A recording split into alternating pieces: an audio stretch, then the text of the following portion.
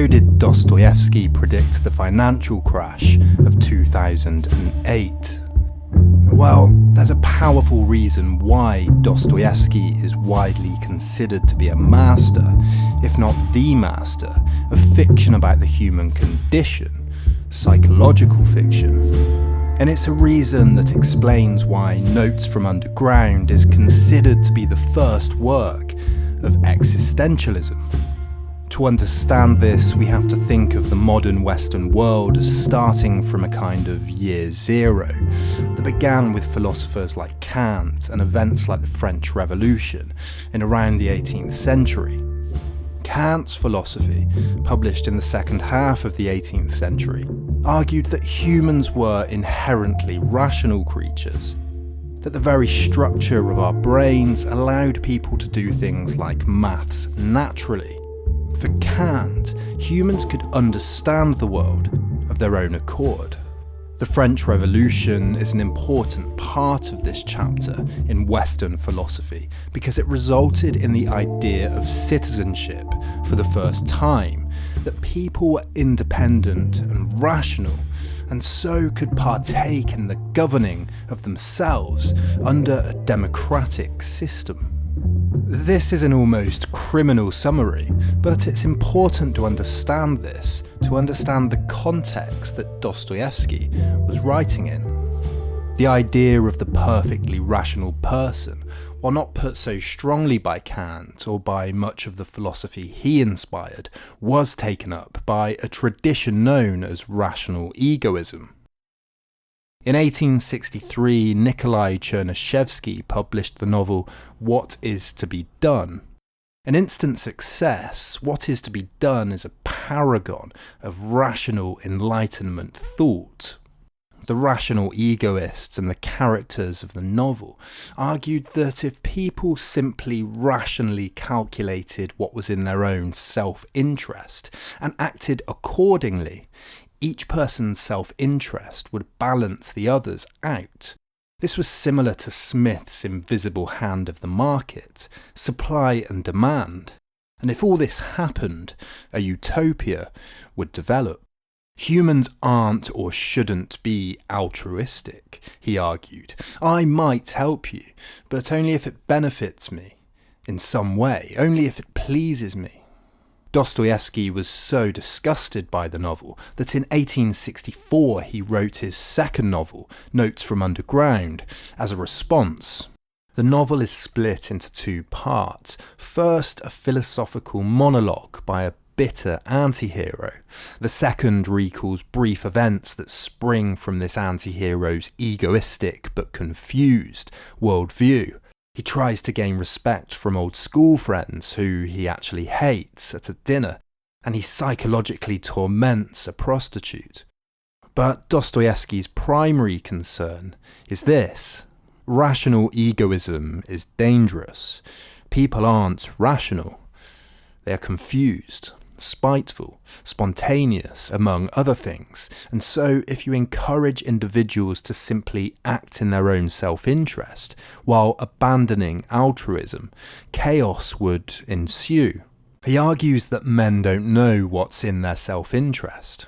They run off to war or desire that which is harmful to them, and, as the Underground Man says, it's sometimes very pleasant to smash things up.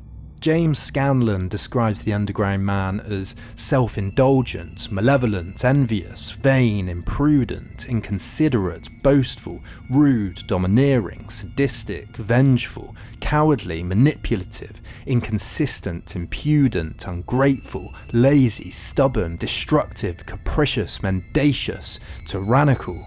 Dostoevsky emphasizes the neuroticisms and the deep and unknown influences of erratic human behavior.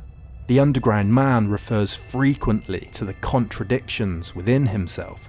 He describes himself as spiteful, but that he could never become spiteful because he is ashamed, sickened, and aware of the opposite personality traits that he has. He craves solitude, but after a while also craves company, only to despise that company and crave solitude again.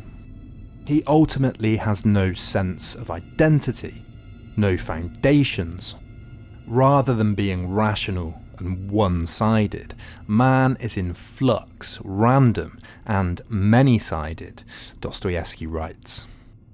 He says, "I did not know how to become anything, neither spiteful nor kind, neither a rascal nor an honest man, neither a hero or an insect."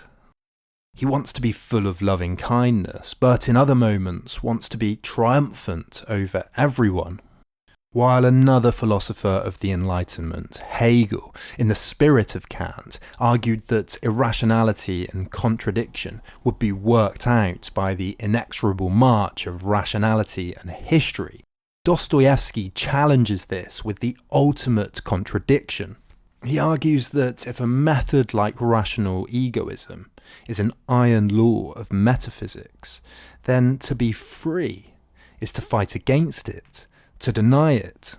Are you free by following rationality if rationality is already determined, like 2 times 2 is? Or are you more free if you deny this and sometimes instead crave to smash things up? He says that man may seek honour, peace and prosperity rationally, but what man really wants more than anything is to express his own sweet, foolish will, even if it's irrational. As Robert L. Jackson remarked in his book on Notes from Underground, it is impossible to argue with the rationalists. Reason is on their side. All that remains is irrationally to negate reason.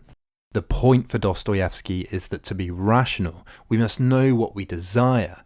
To calculate how to get it, 2 times 2 might be 4, but 2 times 2 of what? If you don't know what you desire, and you constantly change your mind, then the foundations at the core of us are unstable.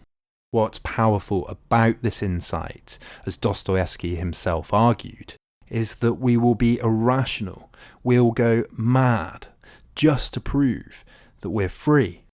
But how then did Dostoevsky predict the 2008 crash? Well, he predicted many things. Knowing that people were irrational meant that he saw the dangers in the socialist idea that was prevalent at the time, that a society could be managed just through planning, and that a utopia would arise out of it. This was of course some 50 years before the Soviet Union even existed. But the supreme irony of a rational egoist outlook is that for someone like Chernyshevsky, it led to a socialist utopia, but for someone like Ayn Rand, who was also heavily influenced by Chernyshevsky, it led to a capitalist utopia.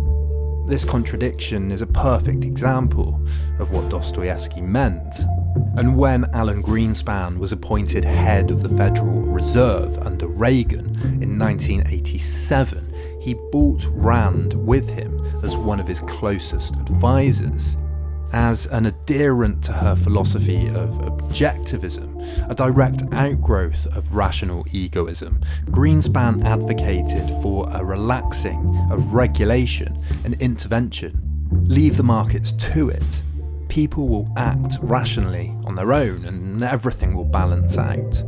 An inquest into the 2008 crash attributed blame to both Greenspan and objectivism. Of course, Dostoevsky would have told them that 150 years earlier. Thanks for watching. I really enjoyed reading Notes from Underground. I'd highly recommend it. I'd like to make a video actually on why Russia produced some of the greatest literature or philosophical literature of the 19th century, if not ever. Next week's video is almost definitely on Nietzsche's first essay in The Genealogy of Morality. I thought that Dostoevsky and Nietzsche should go together, so I've been reading them at the same time. And if you liked this video, please hit the like button below, subscribe, and this channel only exists because of supporters on Patreon. Check it out in the link below. Thanks, see you next week.